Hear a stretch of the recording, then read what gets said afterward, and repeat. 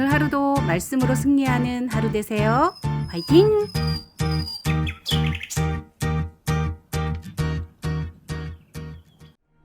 타인을 위하여 보증선자의 옷을 취하라. 외인들을 위하여 보증선자는 그의 몸을 볼모 잡을지니라. 속이고 취한 음식물은 사람에게 맛이 좋은 듯하나 후에는 그의 입에 모래가 가득하게 되리라.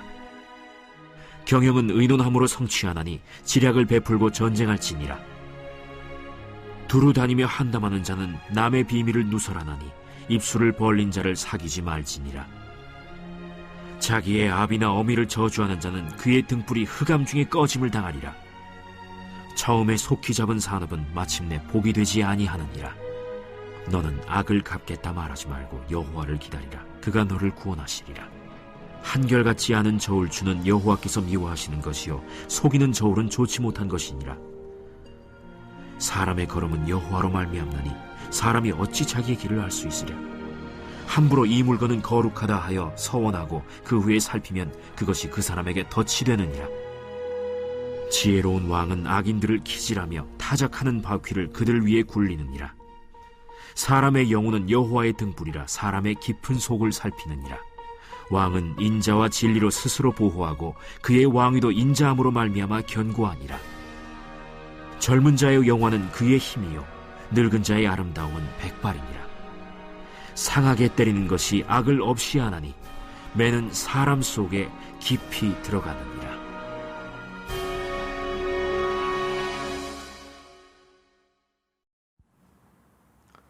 샬롬. 6월 한 달 건강하고 힘있게 잘 보내고 계신지요? 오늘도 참으로 좋은 날입니다. 하나님의 은혜와 평강이 오늘 하루도 여러분의 삶 가운데 넘쳐나시기를 기도합니다. 오늘 여러분과 함께 묵상할 말씀은 잠언 20장 16절에서 30절 말씀입니다. 여러분은 오늘 본문 말씀을 읽으시면서 어떠한 하나님을 만나셨습니까? 저는 본문 20장 27절 말씀을 통하여서 깊은 속을 살피시는 하나님에 대해서 묵상해 보았습니다. 27절 말씀을 제가 다시 한번 읽어드리면 사람의 영혼은 여호와의 등불이라 사람의 깊은 속을 살피시느니라. 약간 이해가 잘 안 되실 수도 있는데요. 쉽게 번역된 성경을 찾아 읽어드리도록 하겠습니다. 여호와께서는 등불처럼 사람의 영혼을 비추시나니 사람의 마음속 깊은 곳까지 낱낱이 살피신다. 저는 이 말씀을 읽으면서 머릿속에서 이런 그림이 떠올랐습니다. 어떤 사람이 깜깜한 동굴 속에 횃불을 들고 탐험하는 장면입니다. 여러분도 한번 눈을 감으시고 머릿속에서 그려보시기 바랍니다. 자, 여러분이 활활 타오르는 횃불을 들고 미지의 지하 장소를 탐험하는 것입니다. 모든 주위가 깜깜합니다. 오직 횃불만 의지해서 가는 것입니다. 잠깐만요. 저기 갑자기 소리가 들립니다. 무서운 짐승일까요? 횃불을 비춰보니 다행히 귀여운 토끼 친구였습니다. 무언가 무섭기도 하고 설레기도 합니다. 가다가 보물을 만날 수도 있고 아니면 무시무시한 괴물을 만날 수도 있을 것입니다. 자, 우리 하나님의 마음이 바로 이런 마음이 아닐까요? 여호와께서는 등불처럼 사람의 영혼을 비추시나니 사람의 마음속 깊은 곳까지 낱낱이 살피신다. 하나님께서 등불을 들고 나의 마음을 비추신다고 생각해 봅시다. 하나님도 우리와 마찬가지로 설레는 마음으로 우리의 마음을 비추시지 않으실까요? 과연 내 사랑하는 자녀 아무개가 어떠한 마음을 가지고 있을까? 의로운 마음이 있을지 아니면 악한 마음이 있을까? 하나님이 보시는 것은 두 가지 마음입니다. 선한 마음과 악한 마음입니다. 선한 마음은 칭찬해 주시고 악한 마음은 심판을 하십니다. 저기 잠깐만요. 저는 중간인데요. 죄송합니다만 중간은 없습니다. 여러분, 중간 마음에는 별명이 있습니다. 그것은 적당히, 안일입니다. 요한계시록 3장 14절에서 16절 말씀입니다. 라오디게아 교회의 사자에게 편지하라. 아멘이시요 충성되고 참된 증인이시요 하나님의 창조의 근본이신 이가 이르시되 내가 내 행위를 아노니 내가 차지도 아니하고 뜨겁지도 아니하도다. 내가 차든지 뜨겁든지 하기를 원하노라. 내가 이같이 미지근하여 뜨겁지도 아니하고 차지도 아니하니 내 입에서 너를 토하여 버리리라. 하나님께서는 이러한 미지근한 모습이 얼마나 보시기에 역겨우시길래 내 입에서 너를 토하여 버리신다고 말씀하십니다. 이 시간 이 말씀이 우리 마음 가운데 새겨짐이 있으시기를 원합니다. 다음 창세기 6장 5절에서 7절 말씀입니다. 여호와께서 사람의 죄악이 세상에 가득함과 그의 마음으로 생각하는 모든 계획이 항상 악할 뿐임을 보시고 땅 위에 사람 지으셨음을 한탄하사 마음에 근심하시고 이르시되 내가 창조한 사람을 내가 지면에서 쓸어버리되. 하나님께서는 세상을 물로 심판하신 이유에 대해서 두 가지로 말씀하십니다. 첫째, 죄악이 세상에 가득함. 둘째, 마음으로 생각하는 모든 계획이 항상 악함. 여러분 어떠십니까? 하나님께서 어떤 한 지역만 심판하신 것이 아니라 이 모든 세상을 심판하셨으니 어떤 큰 이유가 있지 않을까 생각할 수 있는데 실상 보시니 이유가 너무 단순했습니다. 하나님은 이 두 가지 이유로 홍수 심판을 결단하셨던 것입니다. 앞으로 물로 심판은 없겠지만 우리는 마지막 심판을 기다려야 합니다.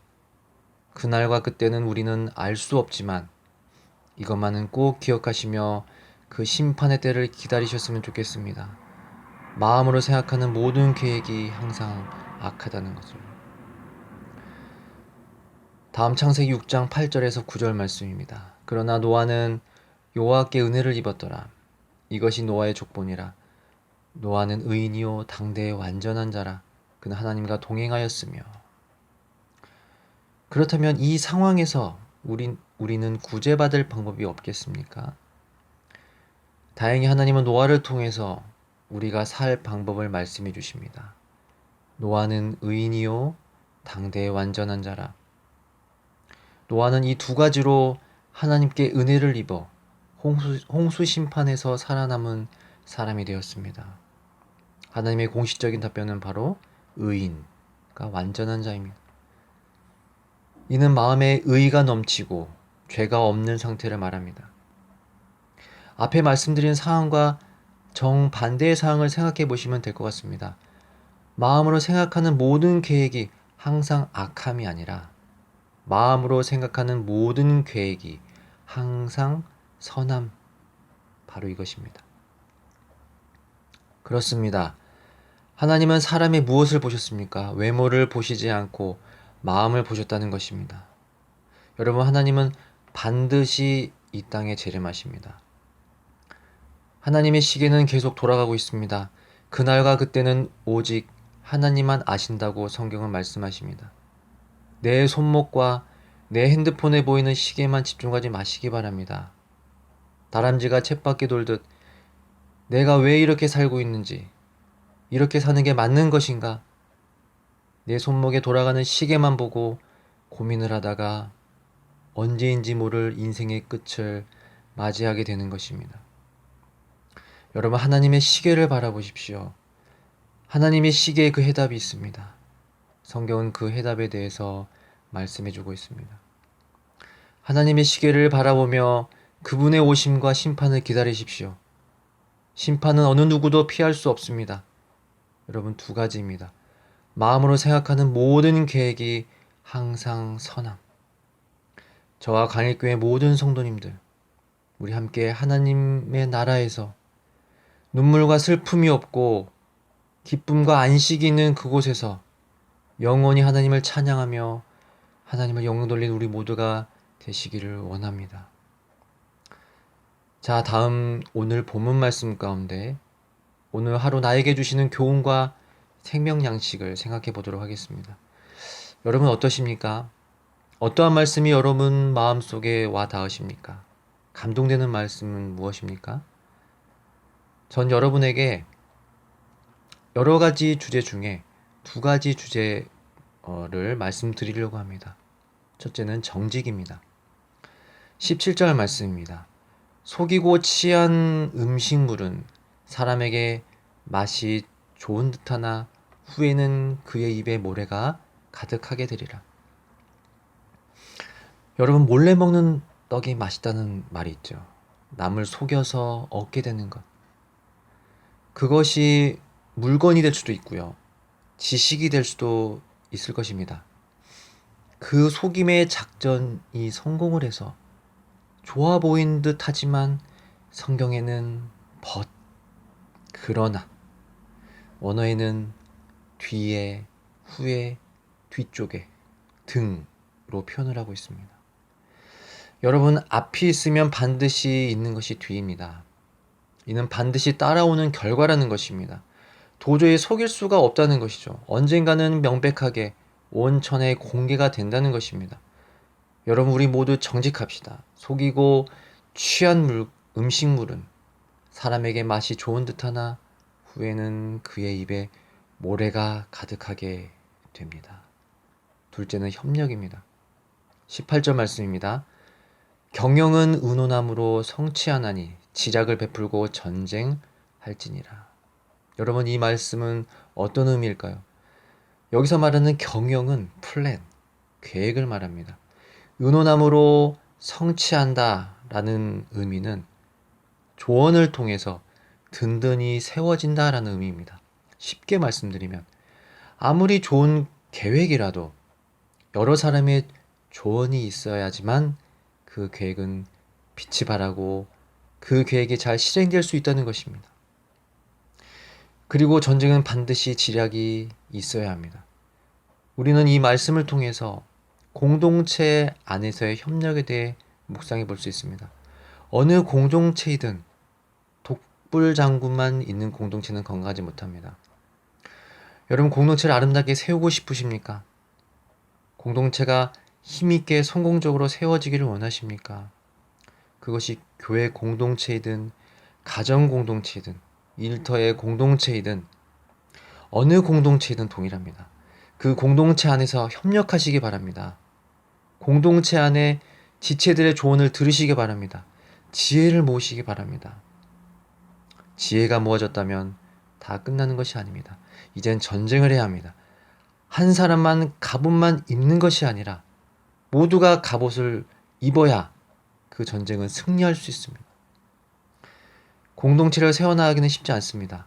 많은 에너지가 듭니다. 하지만 하나님의 지혜를 구하며 하나님의 능력을 구하며 힘있게 우리 모두가 갑옷 입는 의의 군사가 되어서 하나님의 나라, 하나님의 공동체를 아름답게 잘 이루어 나아가기를 기도합니다.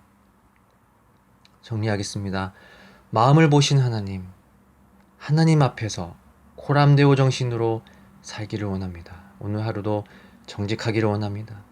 맡겨진 공동체 안에서 지체들과 협력하여 아름다운 공동체를 세워나가기를 원합니다. 아멘.